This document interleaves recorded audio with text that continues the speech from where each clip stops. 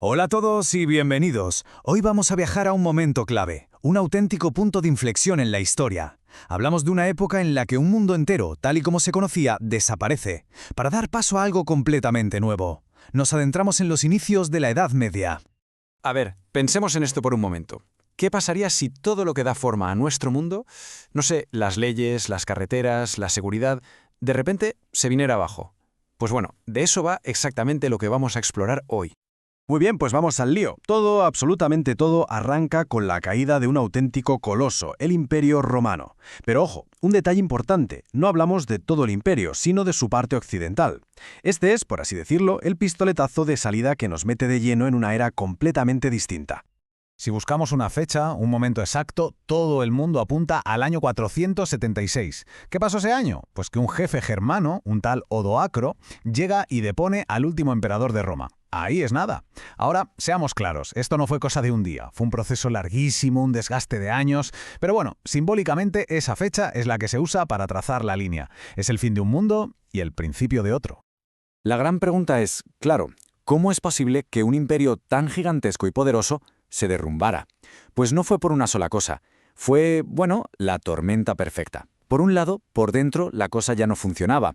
Había problemas económicos, una inestabilidad social tremenda, líos políticos, y por si fuera poco, por fuera, en las fronteras, había una presión brutal y constante de los pueblos que llamamos germánicos. Una combinación letal, vamos. Y claro, una vez que Roma cae, el mapa de Europa que conocíamos desaparece, se redibuja por completo. Y los nuevos protagonistas, los que van a dibujar ese nuevo mapa, son precisamente esos pueblos germánicos, porque no solo derribaron lo que había, sino que empezaron a construir sus propios reinos sobre esas ruinas. Para que nos hagamos una idea de lo bestia que fue el cambio, pensemos un segundo en cómo era la Europa romana. Era un espacio inmenso, sí, pero unificado, con una misma ley, más o menos, un ejército que mantenía el orden en las fronteras y unas rutas comerciales que conectaban todo. Era un mundo conectado, estable, relativamente claro. Y aquí hay que aclarar algo importante. A menudo pensamos en esto como simples invasiones, ¿verdad? Ataques y ya está. Pero fue mucho más complejo. Estamos hablando de migraciones masivas, de pueblos enteros, francos, visigodos, vándalos, que se pusieron en movimiento buscando un lugar donde vivir, a veces empujados por otros pueblos, a veces por la falta de recursos, y claro, cruzaron las fronteras romanas y se instalaron dentro. ¿Y cuál fue el resultado de todo este movimiento? Pues que ese enorme imperio unificado se rompió en 1000 pedazos. Se convirtió en una especie de mosaico de reinos independientes.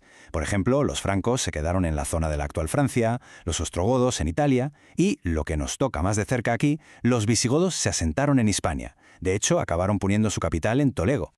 Pero cuidado, no pensemos que fue un borrón y cuenta nueva. No llegaron y lo destruyeron todo para empezar de cero.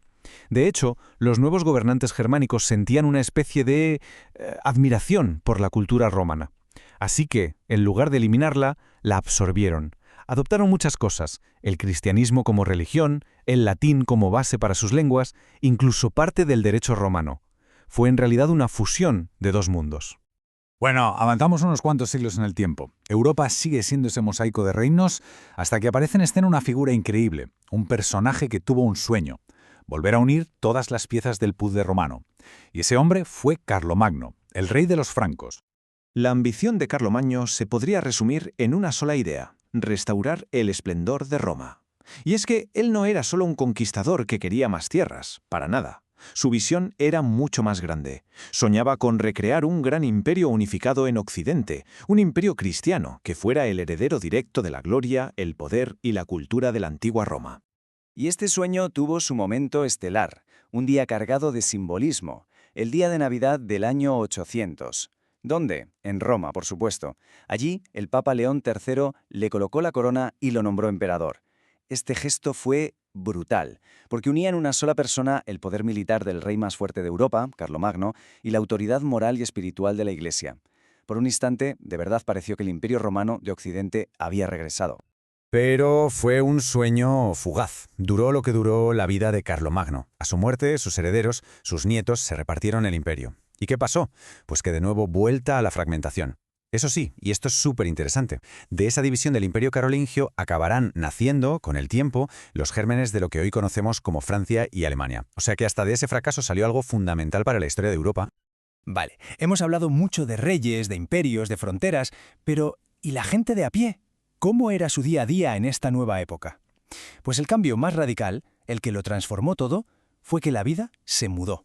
Se fue de las ciudades al campo. Este proceso, que llamamos ruralización, lo puso todo patas arriba. A ver, pensemos, sin un ejército romano que las protegiera, las ciudades se convirtieron en sitios muy inseguros. El comercio se paralizó. ¿Qué hizo la gente? Lógicamente, huir al campo, buscar la protección de algún señor poderoso en sus tierras. Y el resultado fue una transformación económica total. Se pasó de una economía de comercio a una economía de pura supervivencia, basada en la agricultura. Y con esta nueva vida en el campo también nació un nuevo orden social. La sociedad, poco a poco, se organizó en 3 grandes grupos, cada uno con su trabajo. Por un lado estaban los nobles, cuya misión era luchar y proteger a los demás. Por otro, el clero, los que rezaban y se encargaban del alma de la gente. Y finalmente, la inmensa mayoría, los campesinos, que eran los que trabajaban la tierra para que todos pudieran comer. Esta estructura es, ni más ni menos, la semilla de lo que luego llamaremos feudalismo. En medio de todo este caos, de este mundo fragmentado e inseguro, hubo una institución que no solo aguantó, sino que se convirtió en el gran pilar de Europa. Hablamos, por supuesto, de la Iglesia. Fue la única que actuó como el pegamento que unía todo. Conservó el saber de la antigüedad en sus monasterios, mantuvo viva la cultura y le dio un sentido de unidad a todos esos reinos que, en teoría, eran independientes. Uf, menudo viaje. Hemos visto un montón de cambios, ¿verdad? Así que para que quede todo claro, vamos a hacer un resumen rápido de las transformaciones clave que marcaron el arranque de la Edad Media. Resumiendo mucho, podríamos decir que pasamos de una unidad a una fragmentación, de un solo imperio a un montón de reinos. También de una vida urbana y comercial a una sociedad totalmente rural y agrícola.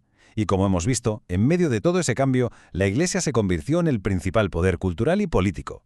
Esas, en definitiva, son las bases sobre las que se construyó todo el mundo medieval.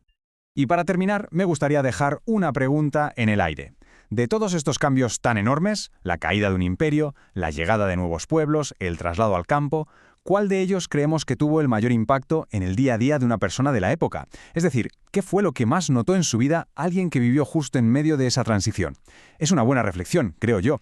Lo dejamos aquí. Hasta la próxima.